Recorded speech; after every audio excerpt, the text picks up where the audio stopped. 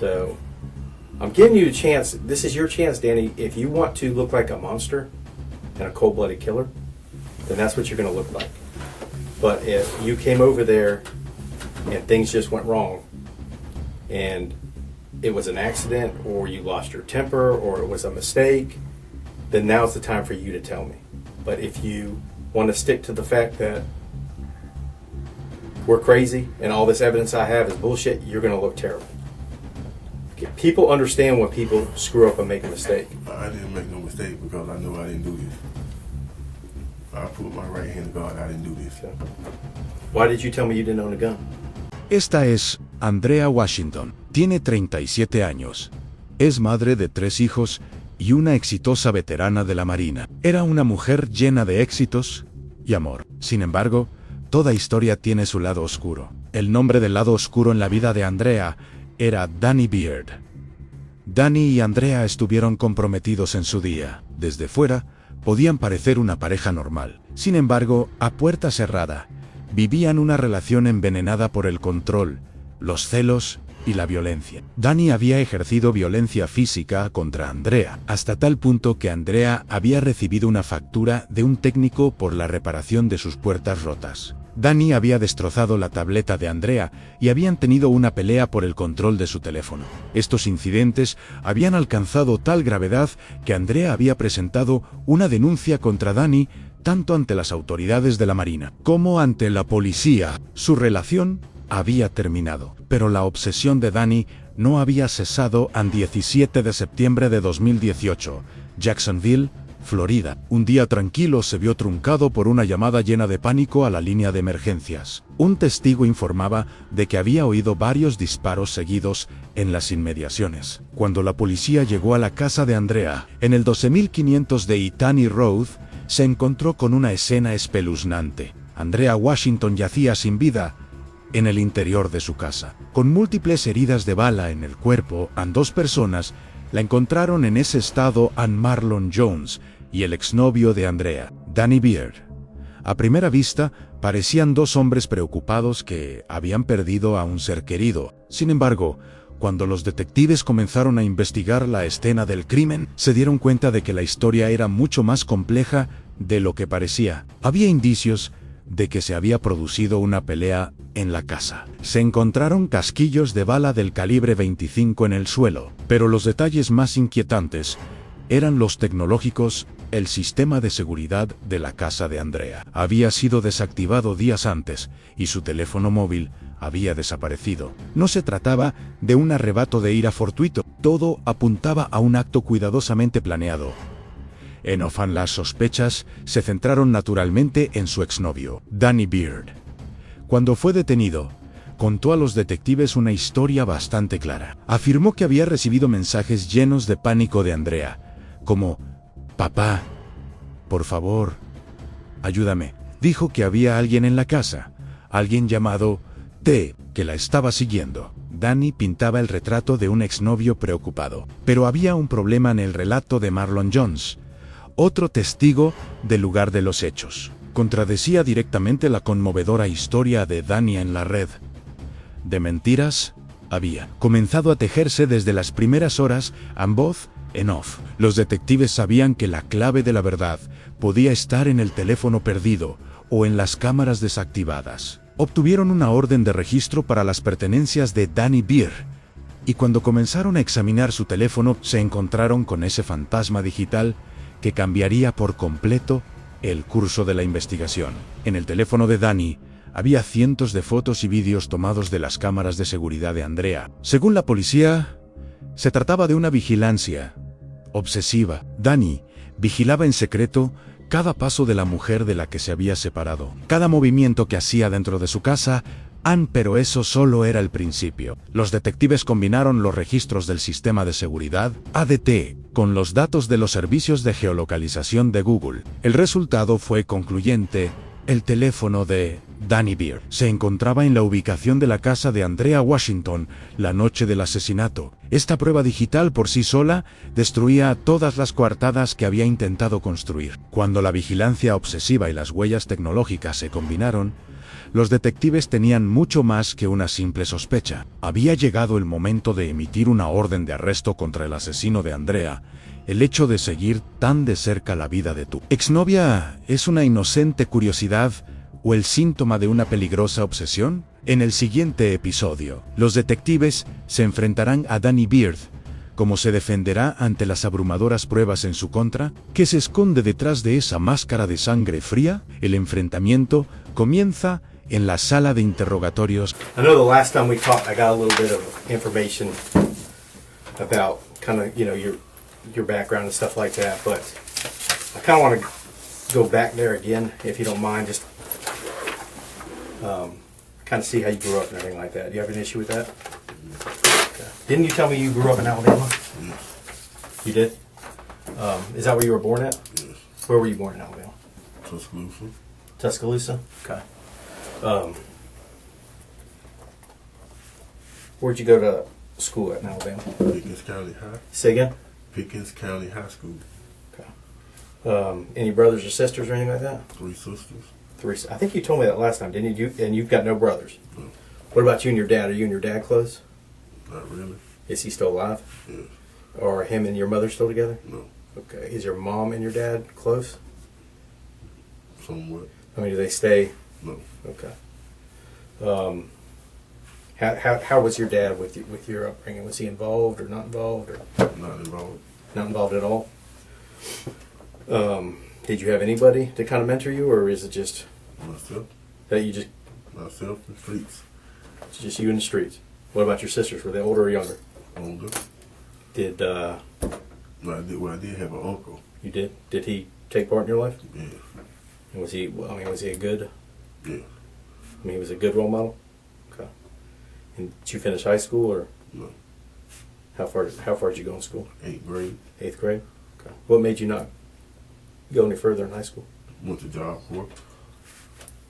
What kind of work did you do in Job Corps? What were you trained? I know you go there for training. Is that right? Welding. What's that? Welding. Did you ever do anything with that? No. Okay. When you were growing up, did you get in trouble as a kid? Not really. Because I checked to see, as far as your arrest, I think I saw you had some arrests in like Palm Beach or something like that. Yeah. What was that about? Over my family. It was. Were you fighting with like a sister or mom or your dad, or Over my sister. what was it? Hands on or no hands or verbal? Or? And they let me out, so Okay. they know I was just there with them. I got you. Did you ever get arrested in Alabama? I can't even know. It's been so Can't. long ago. Okay. How did you get to Jacksonville? When did you come from Jacksonville or from Alabama to Jacksonville? My mom. She moved all you. And she's over on. Is she on Oak Leaf Road? Is that right? Yes. Okay. Who's she living over there with? My 3 sisters. Well, my other 2 sisters. Are they involved in your life? And Yeah. they are. Were they close to Andrea? Yeah. They weren't. What do they think about all this? My mom know I ain't do this. Your mom, she don't think you did it? My mom know I did. Okay. How do you feel about what happened to Andrea? I feel sick about it. That's what I'm saying. I don't see why y'all messing with me. You're looking down when you say that. You can't even look me in the eye when you say that. I'm serious because I'm tired of y'all messing with me. How many- Y'all looking for the wrong person. Y'all looking at the wrong person. How many times have I messed with you? All this time y'all come to my house, get my cars. Right. I give you everything. That's what. Wouldn't you want us to do that? Yes, but I want y'all to find who did this too. Right. I did find out who did it.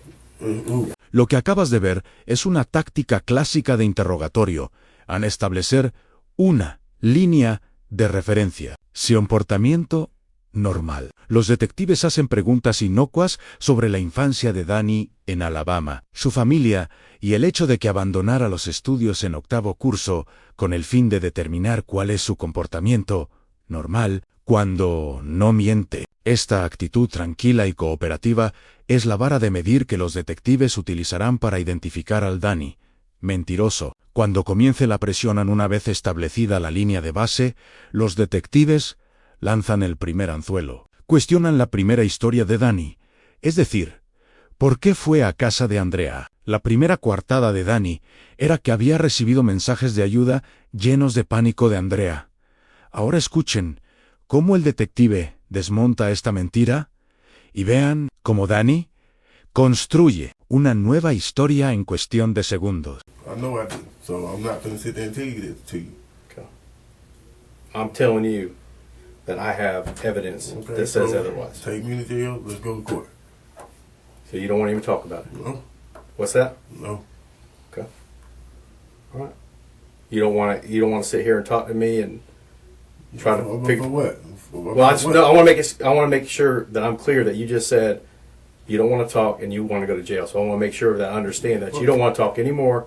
That you're done. I don't need to talk about this because I know I didn't do it. Okay. So you're telling me that you don't want to talk to me. I'm talking to you now. You don't want to talk to me about this case. Well, let's talk. What's that? Let's talk. You just told me that you didn't want to You talk. want to talk or not? No, I do, but I want to make sure. Okay, I'm sitting here, so let's talk. I want to make sure I understand that fact that you told me at first that you don't want to talk and you don't want to go to jail, but now you're telling me that you're willing to talk to me. Okay, so let's talk. Whatever it's going to go in court anyway. So All right. Tell me why you think that you're sitting in here. well, I really don't know. You saying I did it, Right. but I know I did it. First time we talked, you told me that you were over at your house when you got some text messages from Andrea Yes, saying that she needed help and Yes. that you went over there after you went and picked up Jones, that you and Jones went over there together yes, and that you found her. yes. And I'm telling you right now that I can prove that's not true. I have evidence to prove that you were at that house before that. Yes, yes. I was at the house before that. Yes, Okay. I went and picked up her charger key. Okay. She gave me the charger key. What time did you pick up the charger key? It was about 9 something. What time did you get there? I can't remember the exact time. Do you know what time you left? I can't remember. It went shortly after she gave me the key. So you're telling me you got there at 9 something. It's between 9:30 and 10 or something like that. Did you go in the house? Hmm? Did you go in the house? Yes, she opened the door and let me in. Okay. And were you there for 5 minutes, 10 minutes, 30 minutes, 45 minutes? It's about 15, 20 minutes. Did you guys argue? No, There was no arguing between you two. no. She gave me the key. And then you left. But she know how my car is. She know my car. I had to put it in the shop and get the oil change. My tire was bad, so she gave me the charger key. I still got the charger key. When you left, did you go straight home? Yeah, I was straight home. And how long were you at home before you started getting messages from her? She started mentioning me about 11 something. 11 something. How long had you been home for? Yeah, I went home. Been home for an hour, 5 minutes, 10 minutes? Like 30, 35, 45 minutes. So if you started getting messages from her about 11, you're saying you were at the house for about 30 to 45 minutes Yes, at her house, or at your house, in my house. before you got that. So you're telling me that you were probably at your house by at least 10:15. Yeah, about like Okay. that. Right. I know that's not true. I know what time you got to her house, Danny, and it wasn't after 9. Okay, I don't know the exact times. Okay. You You're not asking even- me, you what- asking me. What you're telling me is not true. You didn't just go over there for... I went over there and get the For- charger key. The charger key is still in my car now. Okay. I'm not saying you didn't get the charger key, but I'm telling you that you weren't over there for any 20 minutes. You were over there for some time. And you were the only one over there. Because nobody else came in that house. And I know this for a fact. I'm not going to lay out my whole case, but you know how I know. I already know who was all over her house. Okay. Puedo demostrar que eso no es cierto. No hay que entrar en pánico, solo reparación de la historia. En cuanto se descubrió la mentira, la remendó con una verdad parcial. Sí, estaba allí, pero fui a buscar la llave del cargador. Luego minimizó el tiempo, 15 menos 20 minutos. Pero los detectives sabían que eso también era mentira. A los detectives olieron la primera sangre. La historia de Danny es contradictoria. Ahora le ofrecerán una salida psicológica. Se trata del gambito del monstruo. El detective le ofrece a Danny una opción. ¿Eres un monstruo despiadado o un humano que comete errores? Es una forma de salvar el honor del sospechoso para que confiese, pero la reacción de Danny revela su defensa narcisista. Inmediatamente después, dirá una de las mentiras más importantes en el arma. So she told me her friend D. Yeah, her friend D left probably about 7 o'clock that night. Probably about 7:15. Somewhere in that time frame, she was gone. So, I'm giving you a chance. This is your chance, Danny. If you want to look like a monster and a cold-blooded killer, then that's what you're going to look like. But if you came over there and things just went wrong, and it was an accident, or you lost your temper, or it was a mistake, then now's the time for you to tell me. But if you want to stick to the fact that we're crazy and all this evidence I have is bullshit, you're going to look terrible. Okay, people understand when people screw up and make a mistake. I didn't make no mistake because I know I didn't do this. I put my right hand to God, I didn't do this. So, why did you tell me you didn't own a gun? I didn't, she did. No, you told me that you didn't own a gun. I never owned a gun. That's not true. Yes, it is. She had a little, I mean, when I first got to Florida, I had a 25. She had a 22. Mm-hmm. And she kept it up in a box in her closet. When I interviewed you, I specifically asked you if she owned a gun. And you specifically told me that she did not own a gun. But And you told gotta let me finish. You're interrupting me. Okay, I'll let go you ahead. talk. You specifically told me that she did not own a gun, and you told me that she wouldn't own a gun. I mean, that was your word. She was like, she didn't. She's in the Navy. I'm telling you what you told me. This is what you told me. Okay. Okay, and then I have other people who have given me testimony saying they saw that gun in your I'm house. not worried about them. Okay, well, you I'm should not be about worried, other- I'm Danny. not worried about other people. You should be worried. Because I'm telling you right now, you're going to look like you went over there with the sole purpose to kill her. And now I know things were rough with you guys, and I know they were up and down. And I know that isn't totally your fault. I know that she was still talking to you, and I think you were probably thinking she was leading you on. But I'm telling you right now, if you stick to this, you're going to look like a cold-blooded murderer. And that's what you're going to look like. All this evidence right here is you. If you flip about right in here, these are all discs. Surveillance discs, stuff I pulled off your car disc, things that I pulled off of your phone, things I pulled off of your Facebook. Mm-hmm. I've been pretty busy the last couple months. Okay, and I'm not going to step to you if I don't know what I'm doing.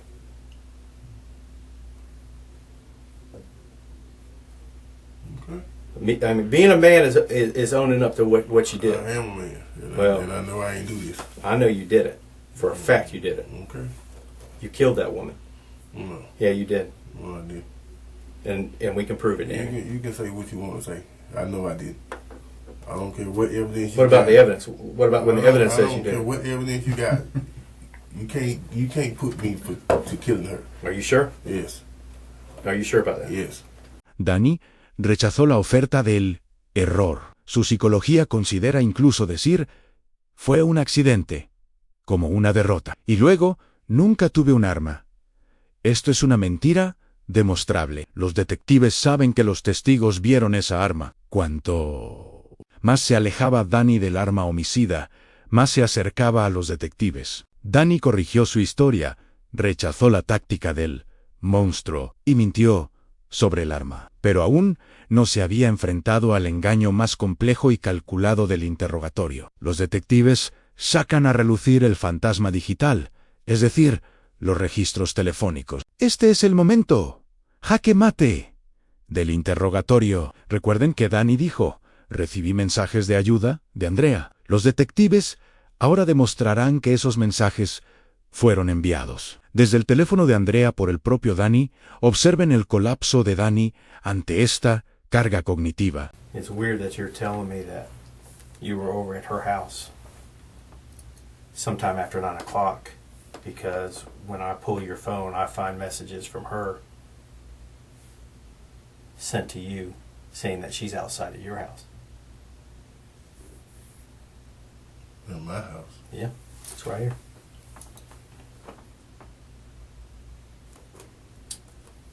right here at, and you're telling me just after 9 you're over at her house. But then over here at 9:15 it says, hey. And then you say, what, Andrea? You know I can't text me all lies you told. I know, Danny, I'm sorry. I just wanted you out. I'm sorry I told them you kicked me and stuff, but you wouldn't leave me. So I'm sorry. Right? Mm-hmm. And then you're sending her one back. Now I got to go to court. You guys go on and on and on. She's telling you to forgive her. She tells you that she's outside your door. Why would she tell you she's outside her door, your door, if you're sitting at her house?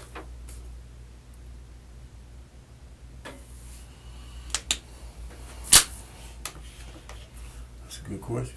Yeah. It's bullshit. You're over at her house, you're on her phone sending yourself messages. So when you go to court the next day, you can show the judge. That's bullshit. Well, I'm staring at it. It's right here. Okay, so where is her phone? You tell me. You took her phone. Y'all the police. Y'all, this is y'all job. It is my job. Yeah, okay, y'all did your job. Yeah. Okay. Yeah, we did our job. That's why you're here. Okay, you ain't found with her phone. You took her phone, but I don't. The biggest thing is I have your phone, and I have your other phone that you lied to me about having. What other phone? And your phone I found on your bed. Why did I lie? You told me. No, I didn't. I didn't lie about What'd it. you tell me? You asked me, would I have? No, you didn't. You asked me about my phone. I said yes, I have a phone. Then you went to. I gave you permission to go in my house. So how did I lie about it? If you got Because when I asked you house? about your phone, you told me that you didn't know where it was anymore, and that it had no service on it. That's what you told me. That's my old phone. That's my other phone.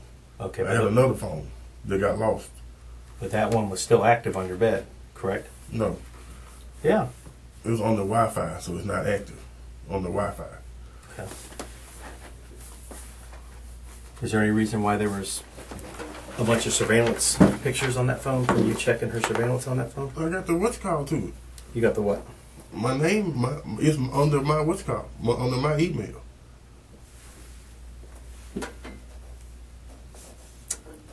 Anytime they have a problem, who you think they call? So you're telling me you had access to it? Yes. Okay. But you're not living there is what I'm getting at, correct? Yes. You've been out of the house for probably 2 weeks. Yes. You've been living in this place on Vern Drive for probably 1 week. You were living at your mom's before that, and then you moved into this place. Oh, you I've weren't? been at Vern Drive. How long? I've been at Vern Drive.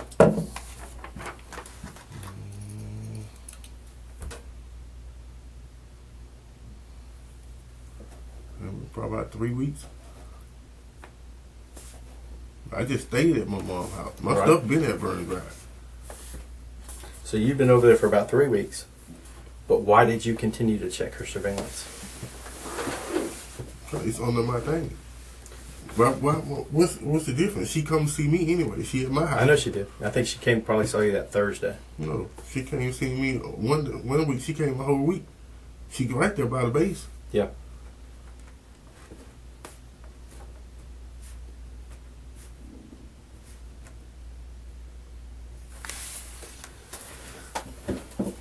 But you still didn't answer my question.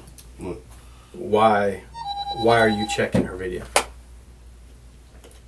If it's on my phone, if it's under my what's called, I can actually do anything if it's under my email. I get that.